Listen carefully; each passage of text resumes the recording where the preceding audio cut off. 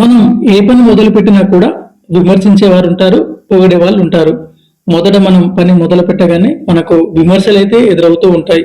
మనం ఎవరిని పట్టించుకోకుండా మన పని మనం చేసుకుంటూ ముందుకైతే వెళ్తూ ఉండాలి. చాలా మంది గెలిచిన తర్వాత చప్పట్లు కొట్టేవారు ఉంటారు. గెలవడానికి చేయందించేవారు చాలా తక్కువ మంది ఉంటారు.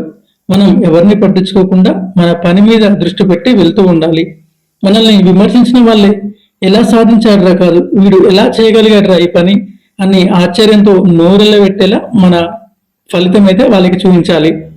ఎక్కడైనా ఏ పనిలో అయినా కష్టం అయితే ఖచ్చితంగా ఉంటుంది. అది అధిగించినప్పుడే మనము విజయాలకైతే చేరుకుంటుంటాము. నాకు 2-3 రోజుల్లో కోడి పిల్లలు అయితే వస్తున్నాయి. ముందు మనం షెడ్ మొత్తం సున్నంతో అలికిన తర్వాత రౌండ్ బ్రూడింగ్ కొట్టుకొని పొట్టు అయితే పోసుకోవాలి. బ్రూడింగ్ లో పొట్టు ఖచ్చితంగా 4 ఇంచులు అయితే పోయాలి. చలి ఎక్కువ ఉంది కదా, కింద నుంచి వచ్చే చలిని తట్టుకోవడం చాలా కష్టంగా ఉంది. అందు గురించి 4 ఇంచులు పోసుకోవాలి. కోడిపిల్లల పాదాలు చాలా సున్నితంగా ఉంటాయి.